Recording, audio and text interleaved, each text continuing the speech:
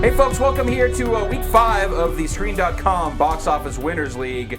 I'm Ryan Davis. Norman Chan is here. Hello. As is Mr. Matthew Rory. Yay! Before we get into this week's releases and predictions, let's talk about last week's results. Puss in Boots, man. Holy mackerel. Yeah, Puss in Boots staying strong. Not relevant to the competition, but yeah, it's keeping up there. It was the number one movie 2 weekends in a row there. The funny thing was, if I can interject real quick? Please. DreamWorks stock dropped the first weekend of that film, and then it went right back up when everybody realized that it had a good hold the second weekend. Yeah. That is how crazy stocks are. Sorry. That's if it could be affected by week to week. Yeah. Box office receipts. That's Jeffrey Katzenberg. So this past weekend we had Harold and Kumar, a very Harold and Kumar Christmas in 3D. Matt Rory, you had guessed on the way on the outside. You were very You thought bullish. it was better than the other movie. Yeah, I did. I thought that trailer was great, and I thought it maybe had built up a little bit. Yeah, but it's the R versus the PG-13. That's a hard fight. Sure. Norman Chan, you took that one with your guess of 14 million. It did 1307. I actually went to the theater to try to boost up the box office results for that one. I was meaning to see it, and I guess I'm glad it didn't matter that I didn't, because I was off by 1.9, full million off from your guess. So congratulations on that one. However, Tower Heist took in 25.1. This was none of us could get a good read on this. I voted with my heart. I undersold it. The studios had pegged it at 30. Yeah. And I don't think Ben Stiller had done a movie that his average is 30 for opening weekend. Yeah. So his worst performing movie. Yeah, it's one of those things on paper. It's got all the parts. It seems like it should be a blockbuster, but you could smell it in the water from the trailer that it wasn't going to have. Still, 25 million opening weekend. Pretty damn good. That's not too bad. I was off. I guessed by 25. My guess was 25.7, off by 0.6, 600K. So I take that one. That brings our current leaderboards. I have 3 wins. Norman Chan, you have 7 wins, and Matt Rory, you have 4 wins. So going into week 5 here, we're doing a 6-week season. So kind of getting down to it, gents. We might have a bonus round. We'll see. We'll see. But right now, Norm, commanding lead. That sweep, that four movie sweep that 1 week really put you out in the lead. We need more wide releases. Well, this week we have 3. This week we have 3. Let's get into it.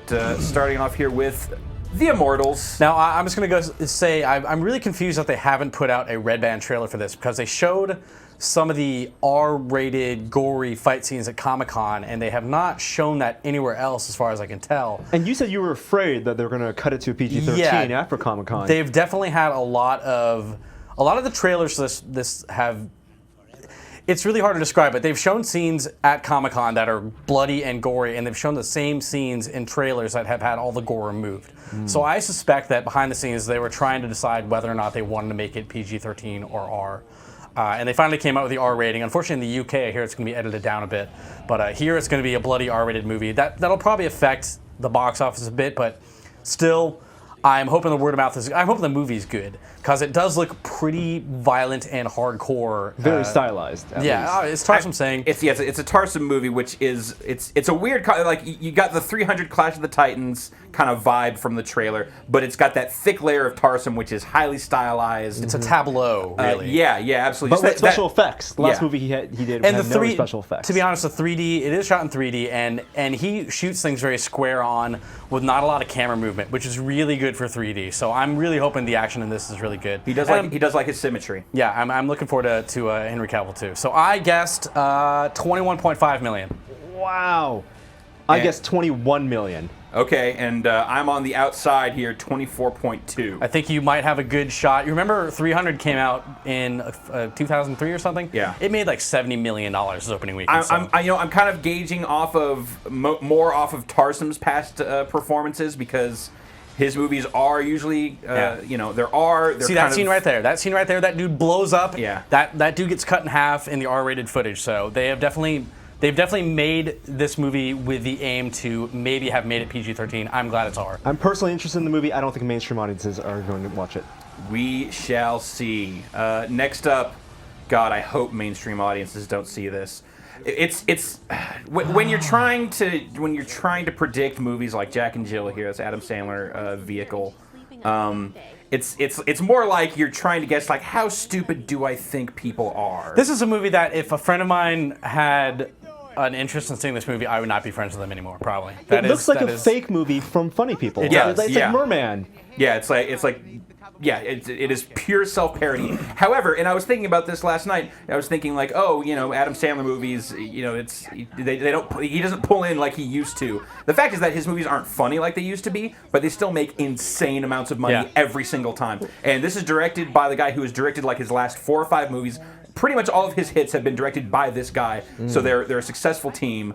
And yeah, like all of his movies for the past decade have basically anything significant, anything corny, basically, has opened between 30 and 40 million. But this weekend. This movie does not have any other big stars except for him. It doesn't. He definitely benefits from the big stars. Hey, here's Nick Swartzen. He's in every fucking movie. Like Katie Holmes is in this. Grown Ups and I now pronounce you Chuck and Larry. Just Go With You. Both. Just Go With It. Well, those two got a bump because of the co-stars. The co-stars. Yeah. But he still does really well, really solid on his own. So I'm saying for Jack and Jill, 27.9 million. Wow. I think that's way high. I guessed exactly what I guessed for Immortal, 21. I think it's going to be a tie for the weekend. Rated PG also. Al Pacino's also in it. I think I never underestimate the stupidity of the American public. I said 25.7. Again, I feel that Ryan is probably. I think it's going to be a big weekend for box office stuff. But I hope it could be. I didn't. The one thing I didn't do for this weekend was look at that great CG. One thing I didn't do this weekend was look at historical data for this time of year. It can be hard to gauge that stuff sometimes, but it's pre-Thanksgiving. It's in the holiday season. I want to believe that America is smarter than this. I'll tell you the one thing that it's missing is the hot chick. It's something that has been a hook for his last few movies, and the trailers always have it. This one doesn't, and that might affect it. So no Brooklyn Decker. No Brooklyn Decker, no Jessica Biel. Does have a kid with an apple taped to his head or something like that. So that's fantastic, classy stuff. And rounding out the weekend, J. Edgar. I think this looks a little. I mean, they have the explosion right at the beginning, but I still think this looks pretty staid and kind of boring. It's Oscar baity. I mean, it's a Clint Eastwood prestige movie. It's a biography. I mean, it's a performance vehicle for Leonardo bait. DiCaprio, who he's made for these era movies. God, we filmed this on Wednesday, and I just realized this comes out today, and I might have to go see this.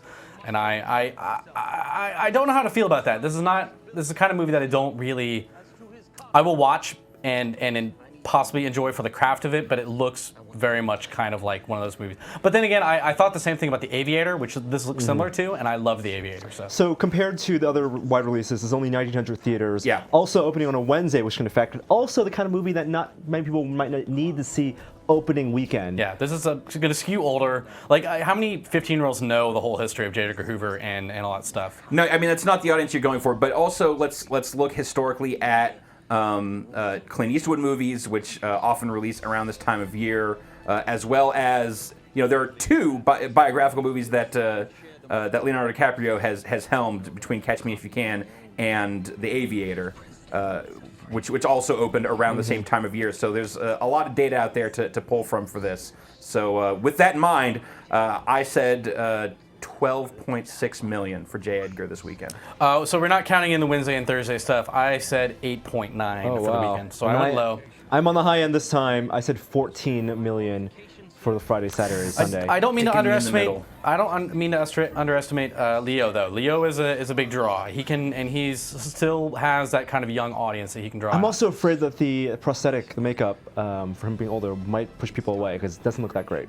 I have no good read on this movie, but keep in mind there's also nothing else like this. There is zero competition for this movie out there right now in theaters. Adult dramas. If you want to see an adult drama, this is kind of where your money goes. So let's wrap it up here, guys. The Immortals, Tarsum, crazy War of the Gods movie, a lot of CG, a lot of style. I'm saying 24.2 million. I said 21.5. And I'm low at 21, but very close. And then the filmic lobotomy that is Adam Sandler's Jack and Jill, I say 27.9 because I hate everything. I almost hated things as much as you. I said 25.7 million. And I have more hope for humanity, 21 million. And rounding it out, our first Oscar bait of the season, J. Edgar, 12.6 million. I go low at 8.9 million. And I'm hopeful, again, 14 million. So yeah, those are our guesses. We'll be back next week for our wrap-up of this week's results, as well as what may be our final official week. Maybe we'll go into overtime or have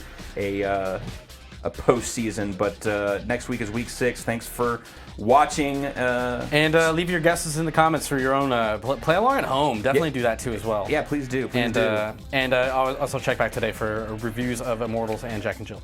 So that's it for this week's edition of the Screen.com Box Office Winners League. Thank you all. See ya.